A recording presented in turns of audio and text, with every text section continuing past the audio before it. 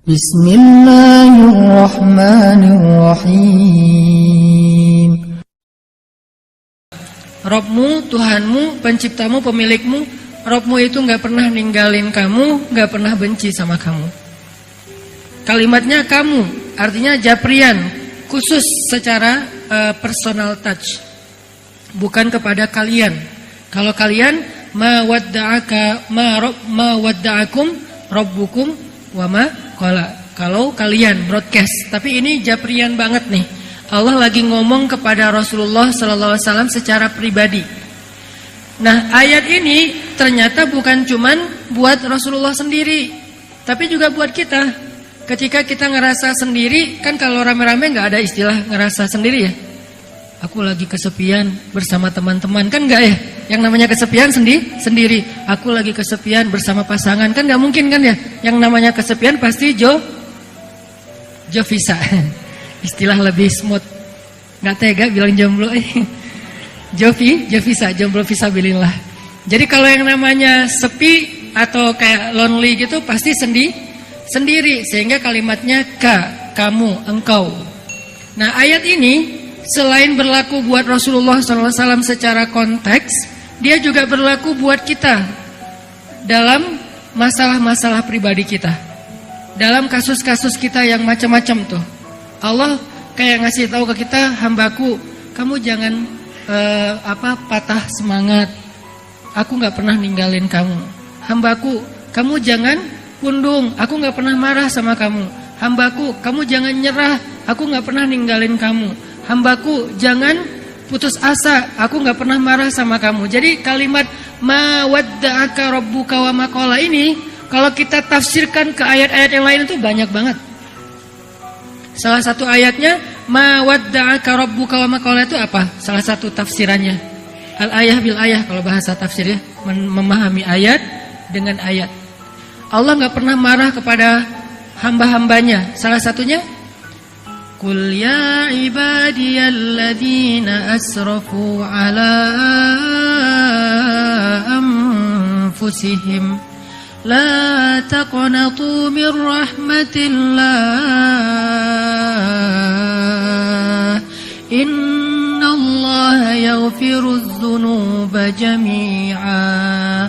Ini bukti kalau Allah nggak pernah marah. Kita udah banyak dosa, asrafu ala anfusihim, yang dosanya itu udah nggak kehitung, dosanya itu udah kelewat batas, dosanya itu udah berlebih daripada yang normal orang lain lakuin. Apa dosa yang normal? Dosa lupa, dosa nggak sengaja, itu dosa normal. Tapi ini sengaja, dosa besar berulang-ulang dalam waktu yang cukup lama, bertahun-tahun. Itu namanya asrafu ala anfusihim, udah melampaui batas.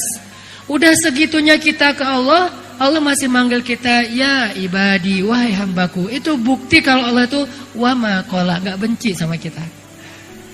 Allah tuh enggak pernah benci sama kita. Kalau Allah benci sama kita, maka ketika kita bikin dosa sekali, itu jadi kayak ada alasan banget buat Allah langsung mencelakai kita tuh kan.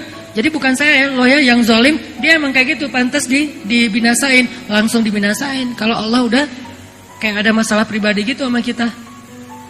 Kan beberapa teologi, beberapa ideologi meyakini bahwa dewa juga kadang-kadang ada masalah dengan hambanya gitu kan, dengan kayak manusia gitu. Ada beberapa mitos lah ya, termasuk mitos di orang Arab jahiliyah, bahwa kadang-kadang dewa mereka tuh kayak ada urusan pribadi, ada sebel pribadi gitu, kayak nyimpen gitu sama manusia sehingga balas dendam. Jadi dewanya balas dendam. Kalau Allah tuh nggak gitu. Wa ma qala, nggak pernah benci sama kita, nggak pernah benci sama kita.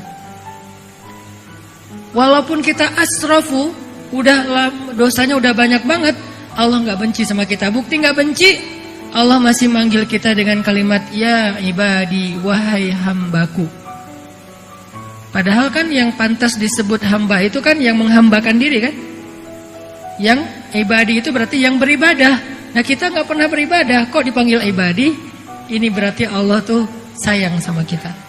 Sholat dulu sekian tahun jarang. Sampai kita mau masuk masjid itu kayak kagok banget gitu. Masuk masjid kayak masuk dunia lain. Oh, ini masjid ya. Oh, aku merasakan aura yang apa gitu. Terus baca Quran merinding sendiri. Kenapa? Karena bacanya malam Jumat surat Jin. Jadi kayak gitu-gitulah, banyak magic-magicnya, klinik-kliniknya. Kenapa kita kagok banget dengan agama, mau ngomong agama itu kayak rasanya tuh serius amat, jadi kayak nggak asik ngomong agama itu, jadi kayak kaku gitu. Seolah-olah kalau kita mau memuji Allah itu malu-malu. Mau bilang alhamdulillah aja malu-malu. Giliran bilang makasih, hatur nuhun, kita nggak pernah malu. Kenapa bilang hatur nuhun, makasih, thank you, syukran, nggak malu, sementara bilang alhamdulillah malu, saking kagoknya kita dengan agama, dengan Allah. Jadi kayak bilang makasih ya Allah tuh kayak malu gitu. Kalau bilang makasih ke teman, kita biasa aja, thanks bro gitu, biasa aja. Tapi kalau ya Allah makasih atau jazakallah, alhamdulillah gitu, kok jazakallah, alhamdulillah gitu tuh kayak rasanya sungkan gitu, malu-maluin. Kenapa? Karena bertahun-tahun kita jauh dari Allah, tapi Allah masih manggil ya ibadi, wahai hambaku. Ini bukti teman-teman kalau Allah itu ma wadda'aka rabbuka wa ma qala. Istilahnya Rob lagi. Kenapa Rob Ustaz? Kenapa enggak Allah? Ma wadda'aka Allahu wa ma qala. Ini kalau kita mau bedah lebih dalam lagi ya. Enggak apa-apa sekali-kali kayak gitu, agak-agak mendalam. Nih ya kalau kita bedah, kenapa ada istilah Rob rububiyah bukan Allah? Ma wadda'aka Allahu wa ma qala. Sebagaimana ketika Allah memperkenalkan diri kepada Musa, yang pertama itu bukan nama, tapi peran. Inni ana rabbuk. Inni ana rabbuk. Itu ayat pertama. Ayat berikutnya innani anallah. Kenapa Rabb dulu baru Allah? Kenapa peran dulu baru nama? Ini nih jadi persepsi berpikir. Lebih baik kita memperkenalkan kebaikan kita dulu kepada seseorang sebelum dia kenal nama kita, supaya dia berkesan kepada kita. Kalau ini dalam bahasa kayak sales, marketing, kita kayak nyebutin produk dulu, kita nyebutin jabatan dulu, baru kita nyebutin nama misalnya, supaya orang trust, ngebangun trust dulu nih. Sama kayak kita sebelum kenal CV-nya, kita jelasin dulu tentang, atau kita lakuin dulu sesuatu kebaikan yang membuat orang interest. Sebelum kita jelasin saya siapa, asal dari mana, lahir tahun berapa. Apalagi soal tahun lahir ya, ini agak-agak sensitif Sarah juga nih. Lahir tahun berapa, kalau di bawah, kalau angkanya udah kelipatan kepala 3, ini udah mulai agak-agak sensitif nih. Jadi daripada kita nyebutin lahir tahun berapa, asalnya dari mana, apalagi kalau misalnya saya sebutlah pas saya mau nikah dulu. Saya orang Sumatera, mau nikahin cewek Jawa yang karakternya, culture-nya beda banget sama orang Sumatera. Dan dia pribadi juga kayak agak-agak, karena gak kenal kali ya, gimana gitu, agak-agak takutnya orang Sumatera mungkin keras, menurut sebagian orang Sumatera mungkin belak-belakan, to the point, ya apa adanya gitu, nggak kayak orang Jawa, Sunda yang mungkin lembut, ngomongnya pelan-pelan, nggak teriak-teriak. Kan ada kesan gitunya ya. Nah sebelum dia kenal kalau saya itu orang Sumatera, saya nunjukin dulu dong. Pas kenalan, saya nggak Sumatera, saya Nyunda banget, orang Bandung katanya. Iya. Ternyata Aceh kan ya. Jadi kayak baru ngomong gitu yang ditunjukin mungkin karakter yang dia nyaman dulu, terus kayak orangnya kayak care gitu, orangnya tuh pengertian banget, orangnya tuh dewasa banget, matang segala macam, santun pas bicara. Baru setelah itu ketika saya memperkenalkan, saya tuh dari Sumatera loh, itu akan jadi excuse buat dia, nggak masalah. Kenapa? Karena udah ngelihat dulu, oh iya ya, kamu nggak apa-apa deh walaupun Sumatera juga, karena kamu orangnya lembut, kamu orangnya santun, kamu orangnya. Jadi Allah itu memperkenalkan diri, ana rabbuk. Maksudnya apa? Rabb itu, akulah yang menciptakanmu, akulah yang ngasih kamu rezeki, akulah yang menjaga kamu, akulah yang nolong kamu. Apa terjemahan dari kata Rabb kalau kita breakdown? Rabb itu kalau di breakdown adalah alam yajidka yatiman fa'awa wa wajadaka dhallan fahada wa wajadaka ailan fa'aghna. Itulah Rabb. Jadi ketika Allah ngomong ma wadda'aka rabbuka wa ma qala, artinya apa? Rabbmu tidak pernah meninggalkanmu. Artinya Dialah yang selama ini memperbaiki ciptaan pada dirimu sehingga kamu menjadi seorang sosok manusia yang ideal secara fisik. Nabi kan ideal banget secara fisik ya. Enggak berlebihan, enggak juga pas-pasan, ideal. Karena yang paling bagus itu bukan pol ya. Yang paling bagus itu tawazun. Wasatiyah kalau dalam konsep berpikir. Pas banget. Nabi bukan cowok yang paling tinggi di antara sahabat, tapi juga bukan yang paling rendah, pas. Nabi kalau jalan bukan yang paling cepat, tapi bukan yang lola, bukan yang slow banget, pas juga. Ideal banget. Nabi itu kalau bicara bukan yang paling teriak, tapi juga nggak terlalu pelan yang bikin apa, nggak gitu-gitu amat juga sih, pas gitu. Jadi tawazun, sehingga Allah lah sebagai Rabb yang telah menciptakan kamu dalam tawazun, dalam fisik yang ideal, wahai Muhammad. Allah juga yang memelihara kamu, yang nanti dijelaskan di alam yajid kayatiman dan seterusnya. Allah juga yang melindungi kamu, Allah juga yang menjaga kamu, Allah yang sayang sama kamu, Allah yang begini. Semua itu adalah bukti bahwa Allah ma wadda'aka wa ma qala, tidak pernah ninggalin kamu, gak pernah benci sama kamu. Ini adalah ayat motivasi. Mudah-mudahan ini jadi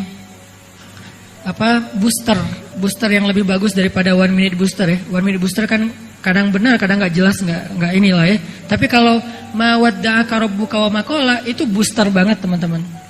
Itu mood booster banget. Caranya kita baca berulang-ulang. Kalau kita lagi kayak ngerasa kok saya hidupnya gini-gini banget ya, kok Allah nggak nolongin saya, baca lagi wadduha wal laili idza saja mawadda'aka rabbuka wa ma qala. Rabbmu tuh nggak pernah ninggalin kamu, nggak pernah benci sama kamu. Kok saya kayak hidupnya nggak berhenti dari masalah ya? Kapan sih datangnya pertolongan Allah? Ma wadda'aka rabbuka wa ma qala. Allah tuh nggak meninggalkan kamu, nggak benci sama kamu. Pertolongan itu pasti akan Allah datangkan. Ala inna nasrallahi qarib. Bukankah pertolongan Allah sudah dekat? Kayak gitu diulang-ulang sesuai dengan masalah kita. Jadi teman-teman, itu udah kita bahas kemarin, walaupun ini ada sedikit tambahan analogi gitu. Bahwa kita berharap dengan mengulang-ulang kalimat ma wadda'aka rabbuka wa ma qala, kita enggak jadi orang yang gampang putus asa, enggak jadi orang yang gampang menyerah, enggak jadi orang yang gampang patah, enggak jadi orang yang gampang kalah, enggak jadi orang yang gampang marah, gitulah ya. Kenapa jadi semua ya? Jadi intinya ayat itu harusnya menguatkan kita ketika kita lemah. Memantapkan hati kita ketika kita galau dengan pilihan hidup. Membuat kita berani ketika kita dalam keadaan takut. Ayat itulah yang kemudian diterjemahin di surat yang lain. La tahzan innallaha ma'ana.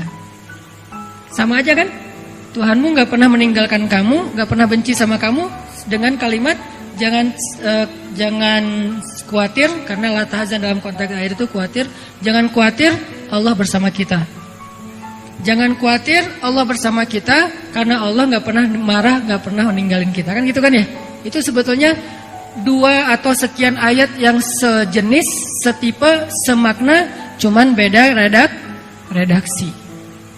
Jadi kalau kita kaman banget dengan istilah la tahzan innallaha ma'ana, coba kembangin deh kalimat itu dengan surat Ad-Duha.